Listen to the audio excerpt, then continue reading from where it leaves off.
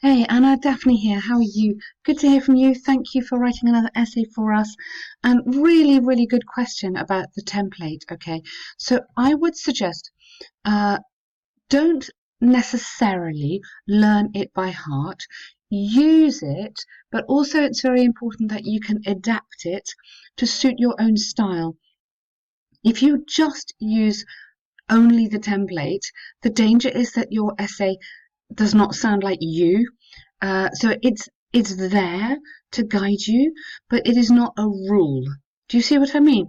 It's important that you have some flexibility with the template so that you feel your essay is you. And that's what the examiner will like. The examiner wants your essay.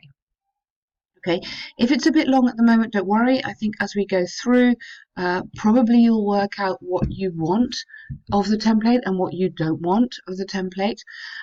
So we've got a bit of time on that. Also, how long does it take you to write the essays? So the timing is important. Can you do this in 40 minutes? That's the big question. Okay, so just check your timing. So the issue of convenience of automatic multi-language services has grown in importance over the last decade. Okay, I'm not quite sure about that sentence because the use of them has grown, maybe not the issue. So what is the issue you're saying? How convenient they are? If they're not convenient? Um,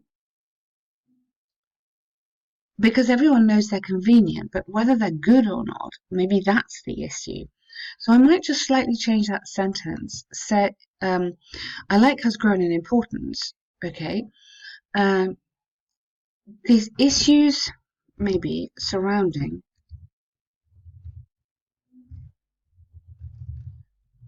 oops, the use and accuracy of let's go use accuracy and convenience. But that is nice. Okay, so the issues surrounding, and then I'd have to have a plural verb because I'm putting issues, have grown in importance over the last decade. Do you see the difference here? It's not the issue of convenient because they are convenient, but it's the issues surrounding them. However, uh, uh, you don't need however. You would, it should here be while, because however you're gonna, so you just want more general. While there are those who believe that there are more drawbacks, um, with maybe I think might be the better preposition, such an invention. I, so you don't need and here. I strongly disagree with them. Just not I am strongly, I strongly. Okay, this essay will discuss both sides of the. Now you've already had issue here. Both sides of the debate using examples. Okay, nice. Do you see what we're trying to do? Just slightly restructure that. I like where you're going. Just need to get that connecting word right there.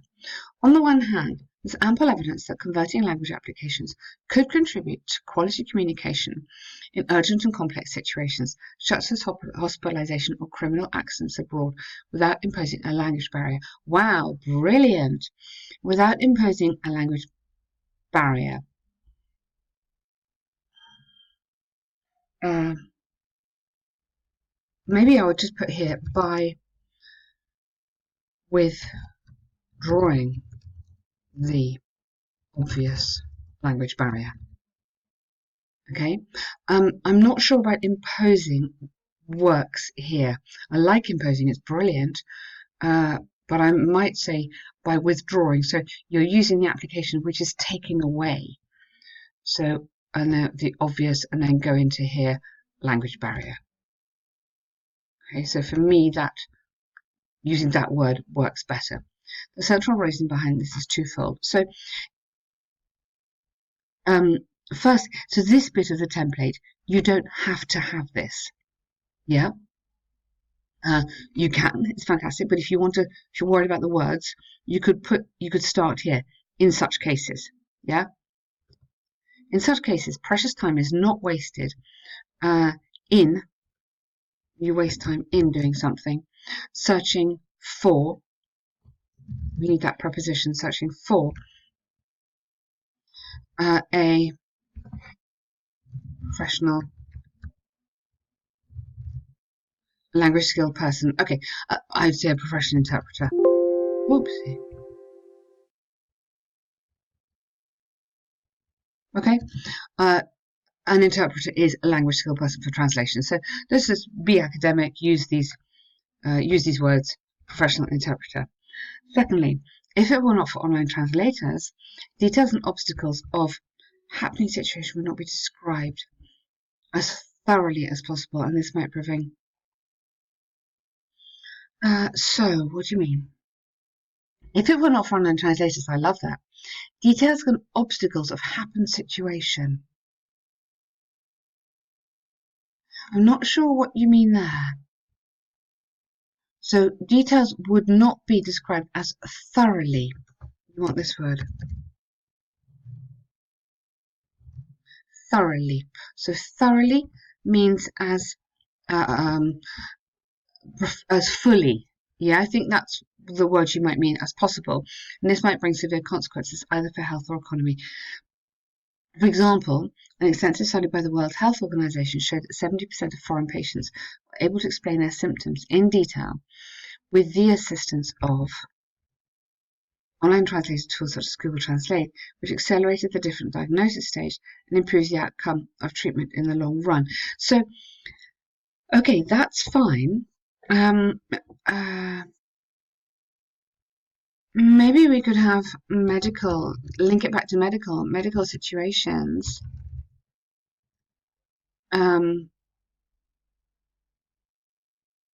Maybe let's go.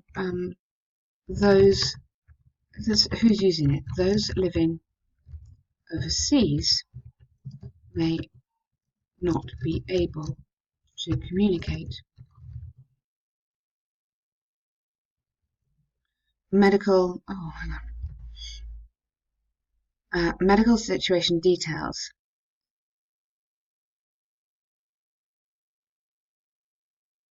Because I love this would not be described. Go back to this. Take out that then. All right. Were it not for online translators, medical situation details would not be described as thoroughly as not as possible, maybe as needed, and this might bring severe consequences. Okay, I love the grammar here, so I don't want to change the grammar. I'm a little bit confused as to who you're referring to and the obstacles of happened situation. Not sure what you mean there. I like the example, so I assume you're talking about medical situations. So the example works really nicely. It's clear that if such innovations were not implemented in real life, there would be less benefits from, fewer benefits. But great on the grammar, Anna, because you're showing me some really lovely, complex, high-level, advanced grammar, which is fantastic, especially in emergency situations. Okay. On the other hand, although there's a case for vanishing international boundaries, for vanishing, maybe I'd say for disappearance and diminishment.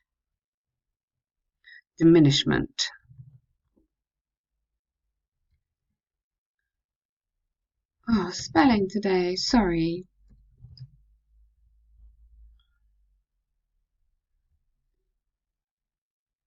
Diminishment, doesn't like that word. There we go. Of international boundaries due to free online translation services. The impact of inaccuracy and wrong interpretation. Yes, good, absolutely right, good. This is largely because this software cannot, I would say, cannot normally, so just hedge slightly, cannot normally translate context, just words in a strict meaning. For example,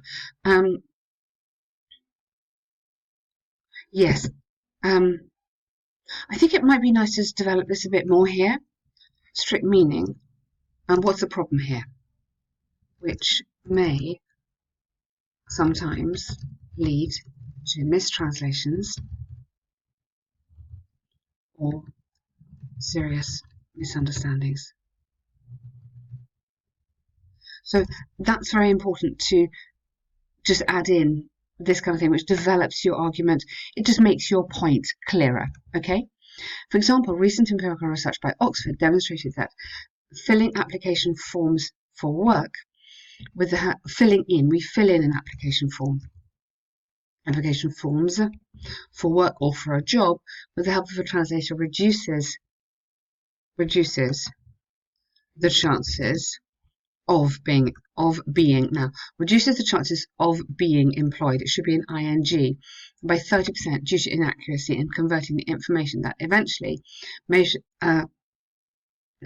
the applicant's real level of language. Yes, very good.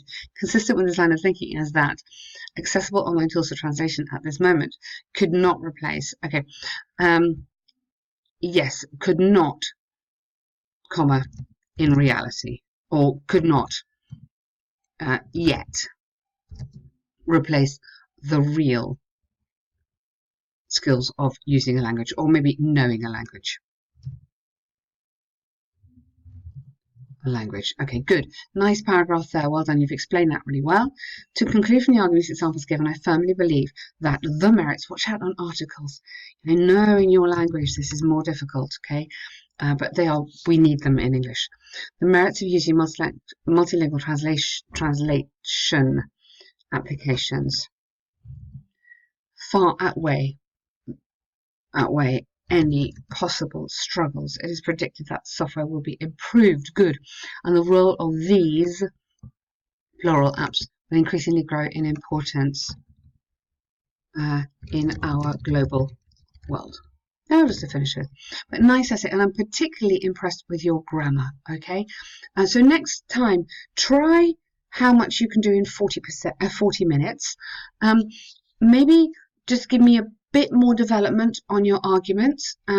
If that means you cut a bit of the template, then cut a bit of the template. Give me more of you. Okay, really, really good essay though. School subjects, here we go. I'm just gonna, sorry, take that out of bold. Okay, it's easier. The pie chart illustrates the rate of prevalence. Now, it's not prevalent, okay? It's the popularity. It is different from prevalence. So popularity is, do they like it? Prevalence is how much is there. That's two different things. The rate of preference, maybe you might want. Preferences among 7 school subjects in German schedule. It's not the schedule, it's not the timetable, it's what they liked. In the German, among 7 school subjects among German students in 2017. Okay, be very careful when you're paraphrasing that you are exactly understanding the what you're talking about. Okay. I'm going to do this bit first. Overall, it's clear from the chart that the vast majority of students preferred history and PE, followed by physics and maths with almost equal proportion. Good. Whereas, no, you don't need a full stop here. Keep going. Whereas is a connecting word.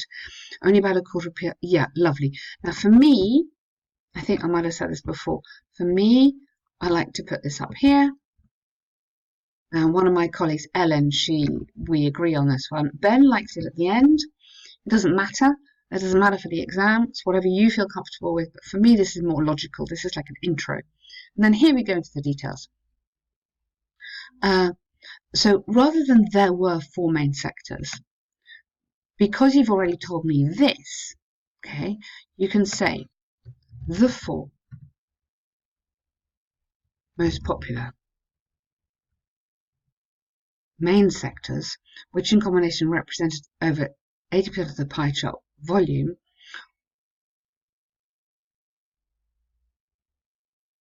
I don't think you need to. So I would go 4 most popular main sectors, and then this bit, namely history, yeah, maths, I would move that up to here. Okay. Then you don't need which. So the four main popular sectors, namely history, PE, physics and maths, in here, comma, in combination, comma, represented just over 80% of the total pie chart volume in a range of between 18, yes, good. That's very nicely done. Good complex sentence. And be careful here. This is how we write it in English. 18.1% to 22.9%. To be more precise, PE and history achieves the highest popularity rates. You could cut that. You could have at approximately 23%, whereas, or while, so connect this together, while maths and physics form the second biggest group with both of about 18% of followers. Yeah, okay, you could have followers. I would say more like of the votes. I imagine they voted for this. In comparison, a smaller number of students were attracted by biology and geography. Yes, good. I wouldn't repeat respectively. It's a good word, but don't overuse it. Just say each. And the least popular subject was IT. Okay, good. So you might have one more line here connecting them together. You might say these three subjects combined amounted to less than the total for maths, because then you're just doing one more nice comparative structure. But Anna, you've done very well there. It's a good task. You've absolutely understood how to do it. What I really like is that you've grouped it. This is exactly what to do. Group the subjects together. So very good. Two good tasks. Well done.